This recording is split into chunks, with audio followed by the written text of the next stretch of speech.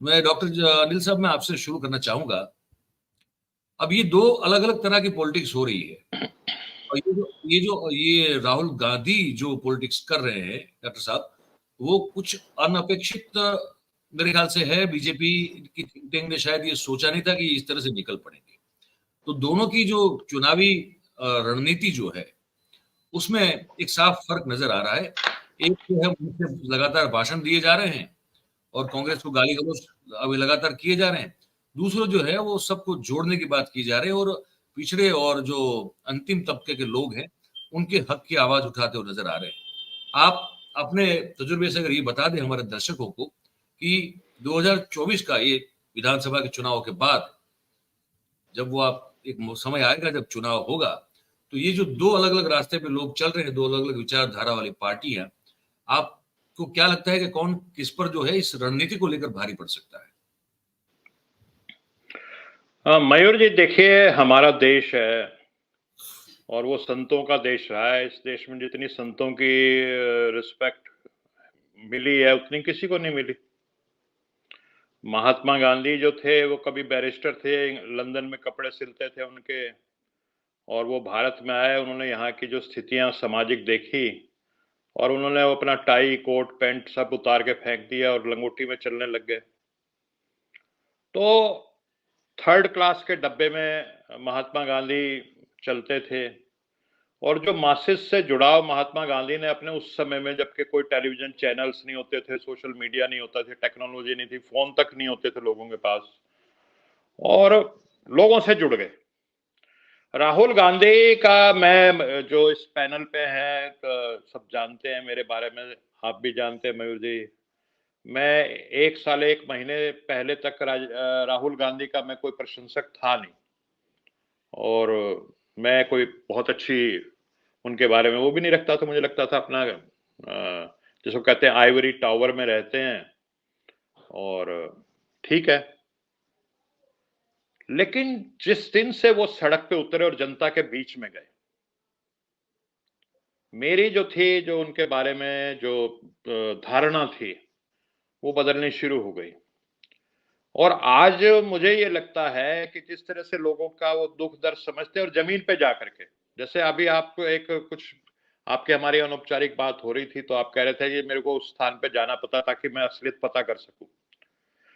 तो राहुल गांधी बिल्कुल धान के खेत में जाते हैं कि कैसे धान रोपी जाती है, कैसे ट्रैक्टर चलाया जाता है, कैसे स्कूटर मैकेनिक काम करता है, किन कंडीशंस में काम करता है, किन कंडीशंस में ट्रक वाले ट्रक चलाते हैं, कहाँ खाना खाते हैं, कैसे सोते हैं, किन स्थान में सोते हैं।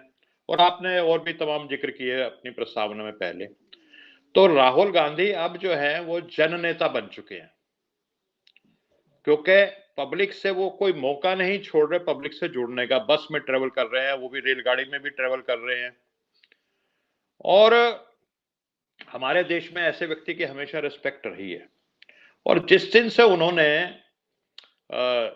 जातीय जनगणना की बात की है, देखिए, ओबीसी जो है, क्योंकि अनडिफाइंड रहा संविधान बनने के बाद भी, तो ओबीसी के लिए इस देश में ज्यादा कुछ हो नहीं सका। वो उस ओबीसी की बात उठा रहे हैं, और वो कहते हैं ना कि उस घर में दिया जलाने जले जहां सदियों से अंधेरा था, जहां सदियों से, हजारों साल से अंधेरा है, उस घर में दिया जलाने की बात कर रहे हैं। और ओबीसी एक ऐसा वर्ग है हमारे देश में जो सबसे बड़ा है। बिहार की जातीय जनगणना में जो ओबीसी की दो कैटेगरी हैं, दोनों मिलाकर के 63% आ रहा है, यानी ऑलमोस्ट 2/3। और बीजेपी की जो सबसे बड़ी ताकत रही है, खास तौर पे जो हमारे मोदी जी, वो ये है, इन्होंने अपने आप को ओबीसी प्रोजेक्ट किया। और 2013 में इतना ज्यादा ओबीसी प्रोजेक्ट किया। 2014 में चुनाव हुए, 2013 में, संजीव जी मेरे को करेक्ट करेंगे अगर मैं गलत हूंगा, तो अक्टूबर 2013 में पटना के गांधी मैदान में एक रैली की मोदी जी ने, और वहां सारा उनका जो फोकस था वो ओबीसी के ऊपर था। और उसके बाद उन्होंने यहां तक कह दिया, क्योंकि बिहार में यादव जो है वो बीजेपी के खिलाफ जाता है, तो उन्होंने यादव तक को भी एड्रेस कर दिया वहां पे कि यदुवंशियों, मैं तो द्वारका से आया हूं, और हमारा तो यदुवंशियों से बहुत हजारों साल पुराना नाता है। मैं तुम्हारे हितों का ध्यान रखूंगा। तो इस तरह से बिल्कुल जिसको कहते हैं ना कि सब कुछ उतार करके, वो सब कुछ छोड़ करके OBC OBC OBC, Manishankar Iyer ने कोई किसी पे बात कर दी तो उसको ओबीसी से जोड़ दिया, आपने देखा हमने देखा। और ओबीसी भी जो था वो इस समय उस समय 2013 में एकदम पगला गया कि एक हमारा ओबीसी प्रधानमंत्री बन रहा है तो क्यों ना पूरा तन मन धन और पूरी ताकत से उसका समर्थन किया जाए। और किया, और एक बार नहीं 2 बार किया। लेकिन अब अगर कोई वर्ग इस देश में सबसे ज्यादा ठगा महसूस कर रहा है तो वो ओबीसी वर्ग है। क्योंकि जो बेसिक चीजें, जो जातीय जनगणना जिसकी बार बार मतलब राजनाथ सिंह जी ने गृह मंत्री के रहते हुए अपना एक बयान दे रखा है कि हमारी सरकार जातीय जनगणना कराएगी, वो एक बेसिक चीज। क्योंकि आजकल तो डाटा का युग है ना, बड़े बड़े उद्योगपति क्या हो गए, तो मैं एक दिन अंबानी साहब का इंटरव्यू देख रहा था, मुकेश अंबानी जी को, कहते हैं data is the new oil. जो सबसे कीमती चीज है वो डाटा है, क्योंकि डाटा के आधार पर सारे निर्णय लिए जाते हैं। तो जातीय जनगणना से एक डाटा मिलेगा कि क्या इनकी आर्थिक स्थिति है इस वर्ग की, कितने ये लोग नौकरियों में हैं, कितनी जमीन जायदाद है, कितनी शिक्षा है, कैसा इनका स्वास्थ्य है। तो वो आप डाटा ही नहीं इकट्ठा करने दे रहे। और 21वीं सदी चल रही है, आजकल तो हर कोई एक्सेल शीट में, 10वीं क्लास का बच्चा भी या 8वीं क्लास का बच्चा भी एक्सेल शीट पे काम कर रहा है, डाटा करता है वो। तो जो सबसे ज्यादा ठगा हुआ महसूस कर रहा है इस समय वो ओबीसी वर्ग है। और ओबीसी की जो भी संस्थाएं हैं, जो भी उनके कल्याण के लिए काम करते हैं, मुझे भी, क्योंकि जमीन में क्या चल रहा है देखना पड़ता है, तो मैं कभी कभी जाता हूं, उनकी सभाओं में भी जाता हूं कि क्या चर्चा चल रही है, आपस में क्या बात कर रहे हैं। तो वहां तो एक तरह से जिसको कहते हैं एक दीवानगी है राहुल गांधी को लेकर के। और मोदी जी इस बात को समझ गए कि जो आपकी सबसे बड़ी ताकत थी, जो सबसे बड़ा चंक था, वो खिसक चुका है। और तमाम तरह के उदाहरण रहे हैं, क्योंकि जैसे मान लीजिए राम मंदिर का जब आंदोलन चल रहा था तो सबसे ज्यादा जो जिसको कहते हैं हरावल दस्ता जो था उस आंदोलन का, वो ओबीसी वर्ग था। विनय कटियार, कल्याण सिंह, उमा भारती और तमाम जो भीड़। और जब राम मंदिर का ट्रस्ट बना तो उसमें एक सिंगल भी, जो 63% जो आबादी है उसका, भाई 11 में से एक तो रख लेते हैं, नाम तो हो जाता है। हाँ, ओबीसी भी आपने रखा, नाम भी नहीं रखा। और बकायदा प्रेस कॉन्फ्रेंस की कल्याण सिंह और उमा भारती ने, प्रेस कॉन्फ्रेंस 7 फरवरी 2020 को, कि ये आप गलत कर रहे हैं। और अभी भी उमा भारती जी ने एक प्रेस कॉन्फ्रेंस करके कहा कि आप बिना ओबीसी आरक्षण के जो ये महिला आरक्षण कर रहे हैं, मैं इसको लागू नहीं होने दूंगी, मैं 2/3 आबादी को रिप्रेजेंट करती हूँ। तो ओबीसी जो कट्टर समर्थक भाजपा का था, वो भी बिल्कुल भाजपा से निराश हो चुका है। और वही सबसे बड़ी ताकत थी भाजपा की। तो ये सब, इस सब चीज के चलते अब क्या है, आप मयूर जी, आप तो खैर गुजरात से आते हैं, आपको पता है कि जो सबसे ज्यादा गाली देते थे संघ के लोग और बीजेपी के लोग, वो कांग्रेस से भी ज्यादा कम्युनिस्टों को गाली दी जाती थी, बिल्कुल। और मार्क्स का विरोध। आज उसी मार्क्स की शरण में जाना पड़ रहा है मोदी जी को। वो गरीब की बात कर रहे हैं, बोले कोई जाति वाती कुछ नहीं होती, गरीब और अमीर होता है। तो ये जो वर्ग की बात है तो मार्क्स की बात है। अब मार्क्स तो बेचारा यूरोपियन था, उसे क्या पता इंडिया में क्या चल रहा है, यहाँ की क्या सोसाइटी, क्या सोशल सिस्टम है। तो वो मार्क्स की शरण में चले गए। मैंने पिछले दिनों जैसे ही बिहार की जातीय जनगणना के आंकड़े आए, मैंने देखा ट्विटर पे जो ट्रोल आर्मी है बीजेपी को, उसने ट्रेंड चला दिया, क्योंकि उससे मुस्लिम के आंकड़े आए 17% के करीब, फिर दूसरे नंबर पे यादव के आए 14%। तो ट्रेंड चला दिया कि बिहार में मुख्यमंत्री आप मुस्लिम क्यों नहीं बना रहे। जो कभी मुस्लिम को कोई राज्यसभा में नहीं लेके आते, उनका एक कैबिनेट मिनिस्टर नहीं है, वो कह रहे हैं कि मुस्लिम मुख्यमंत्री बनाइए। देखिए कितना बड़ा पैराडॉक्स है। तो बौखलाहट है सब कुछ, और कुछ नहीं है। जो है वो सामने नजर आ रहा है, लेकिन समझ में नहीं आ रहा कि करें तो क्या करें, क्योंकि कुछ किया नहीं 10 साल। ऐतिहासिक मौका मयूर जी, जितना मौका मोदी जी को मिला है पिछले 50 साल में, इंदिरा गांधी के बाद मैंने नहीं देखा कि इतना ज्यादा जन समर्थन किसी प्रधानमंत्री को मिला हो।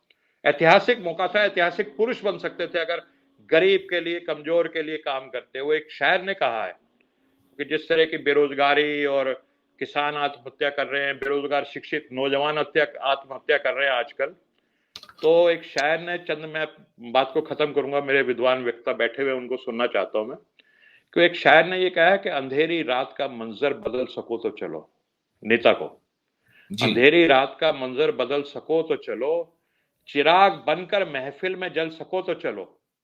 और ये अनिल जैन की तरह दिन में 3 बार कपड़े बदलना, 3 बार कपड़े बदलने से कुछ नहीं होगा। नहीं, आप वहां किसी अन्याय गरीब कर की, रहे हैं। किसी कमजोर आप की अन्याय किस्मत कर रहे बदल हैं। सको तो चलो। वो 4 बार होते हैं, आप एक बार कम क्यों कर दिया आपने? नहीं, मैं अनिल जैन की बात कर रहा हूँ। अच्छा, हाँ हाँ, ठीक है, ठीक है, आप ठीक बोल, चलिए फिर ठीक हाँ, है। मैं तो तो कहने का मतलब ये है कि बहुत, जिसको कहते हैं कि जमीनी, अगर आप गहराई में जाएंगे तो एक तूफान है। और उसका जो है, जितने भी मतलब तमाम चैनल क्या बोल रहे हैं, ये सब सुपरफिशियल है। अंदर क्या चल रहा है वो बिल्कुल उससे बिल्कुल अलग है। और मैं समझता हूँ 2024 का एक वाटरशेड इलेक्शन होगा, इतिहास को एक नया मोड़ होगा, और देश जो है वो बनने की तरफ मुड़ेगा।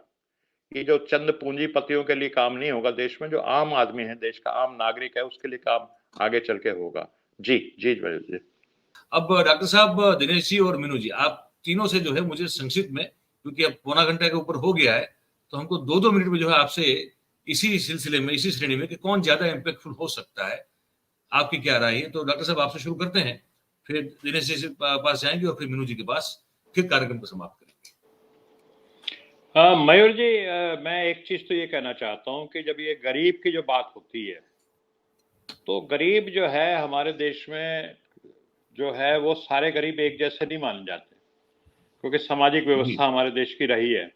और जो जी लोग ये कहते हैं कि मैं जाति को नहीं मानता हूँ, सबसे बड़ी हिपोक्रेसी करते हैं, क्योंकि जब वो राष्ट्रपति किसी को बनाते हैं तो बताते हैं इसकी ये जाति है, मेरे साथ इतने मंत्री इस जाति के बने हैं, मैं इस जाति से आता हूँ, बार बार जाति का नाम लेते हैं। और हम सब जब अपने घरों में अपनी बेटी का, बहन का रिश्ता करने जाते हैं, जाति देखते ही है। हमारे देश की सच्चाई है। हमारे देश में लोग धर्म बदल सकते हैं, हिंदू से मुसलमान कन्वर्ट हो सकते हैं, सिख कन्वर्ट हो सकते हैं, ईसाई कन्वर्ट हो सकते हैं, जाति वहां पे भी उनके साथ चली जाती है।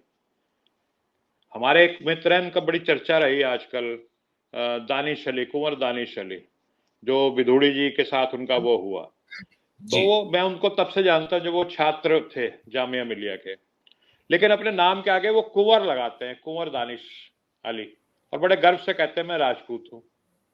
जुल्फिकार अली भुट्टो जो पाकिस्तान में है, वहां पे भी मुस्लिम जाति होती है, वो बड़े गर्व से कहते थे जुल्फिकार अली भुट्टो कि मैं भाटी राजपूत हूँ। तो जाति एक सच्चाई है। या तो कोई कह रहा है अगर आंख बंद कर रहा है जाति नहीं है, तो वो झूठ बोल रहा है या वो कर रहा है। दूसरा ये है, जो आपको मैं शॉर्ट में बताता हूं, कि पहले मोदी जी का जो, मैं आजकल भाषण हम सब देख रहे हैं यूट्यूब वगैरह पे, चैनल्स पे, एक वाक्य मोदी जी बोलते थे, और उसके बाद फिर पूरा जो है 15 सेकंड का वाक्य होता था, और 45 सेकंड ही होता था मोदी मोदी मोदी मोदी। अब हमें वो रिएक्शन देखने को नहीं मिलता। और वहां पे वो लोग होते हैं जो भाजपा के समर्थक हैं। भाजपा की रैली में कौन आ रहा है? जो भाजपा का समर्थक है वही तो आ रहा है, आम आदमी तो आ भी नहीं रहा। वो समर्थकों में भी वो जोश नहीं है। और मेरे सामने एक आंकड़े हैं पिछले दिनों के, सर, उसमें एक जो एक दो स्पीच। चीजें और भी आई है। मैं थोड़ा माफ कीजिएगा, मैं इंटरप्ट कर रहा हूँ आपको, क्योंकि जी जी जी जी। वो बड़ी महत्वपूर्ण, बहुत सारे ऐसे वीडियो मैंने देखे हैं सर, जिसमें इनकी सभाएं होती हैं राजस्थान में या मध्य प्रदेश में, तो ऐसे ऐसे लोग जो हैं उनको लाया जाता है कि जिनको ये पता भी नहीं कि वो कहाँ जा रहे हैं, उनको कुछ मिल रहा होता है, पर वो उनको पता नहीं होता कि वो कहाँ जा रहे हैं, क्यों जा रहे हैं। बस उनको ये है कि आपको इतना इतना मिलेगा, खाना मिलेगा, पीना मिलेगा, और कुछ राशि वाशी होती है। वैसे लोग के बहुत सारे इंटरव्यूज जो हैं वो बहुत भरे पड़े हैं। मैं इसलिए मैं आपको इंटरप्ट किया कि ये भी हो रहा है। चलिए, जी मैं एक आखिरी बात कह के खत्म करता हूं। संसद टीवी जो है, उसके आंकड़े आए जब राहुल गांधी की स्पीच हुई, तो 3.5 लाख लोगों की व्यूअरशिप थी। जब मोदी जी बोले तो 2,30,000 की व्यूअरशिप थी संसद टीवी की।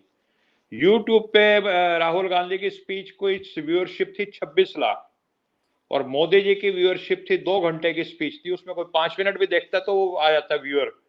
वहां थी 6.5, कहाँ 26 लाख, कहाँ 6.5 लाख। और ऐसे ही ट्विटर पे और उस पे जो है जमीन आसमान का। तो ये देखा जा रहा है कि जो व्यूअरशिप जो है मोदी जी की, और मोदी जी के भाषण को सुनना पसंद करना, वो बहुत कम हो रहा है। और अब सबसे बड़ा उदाहरण उसका मैं ये मानता हूँ, आपका 4PM। 4PM ने पिछले 6 महीने में जिस तरह से उसके सब्सक्राइबर बढ़े हैं, और जो ये तो गोदी मीडिया तो है नहीं 4PM, तो इसके सब्सक्राइबर बढ़ना भी एक अपने आप में एक संदेश है कि जनता क्या देखना सुनना पसंद कर रही है आज के समय में। जी मयूर जी।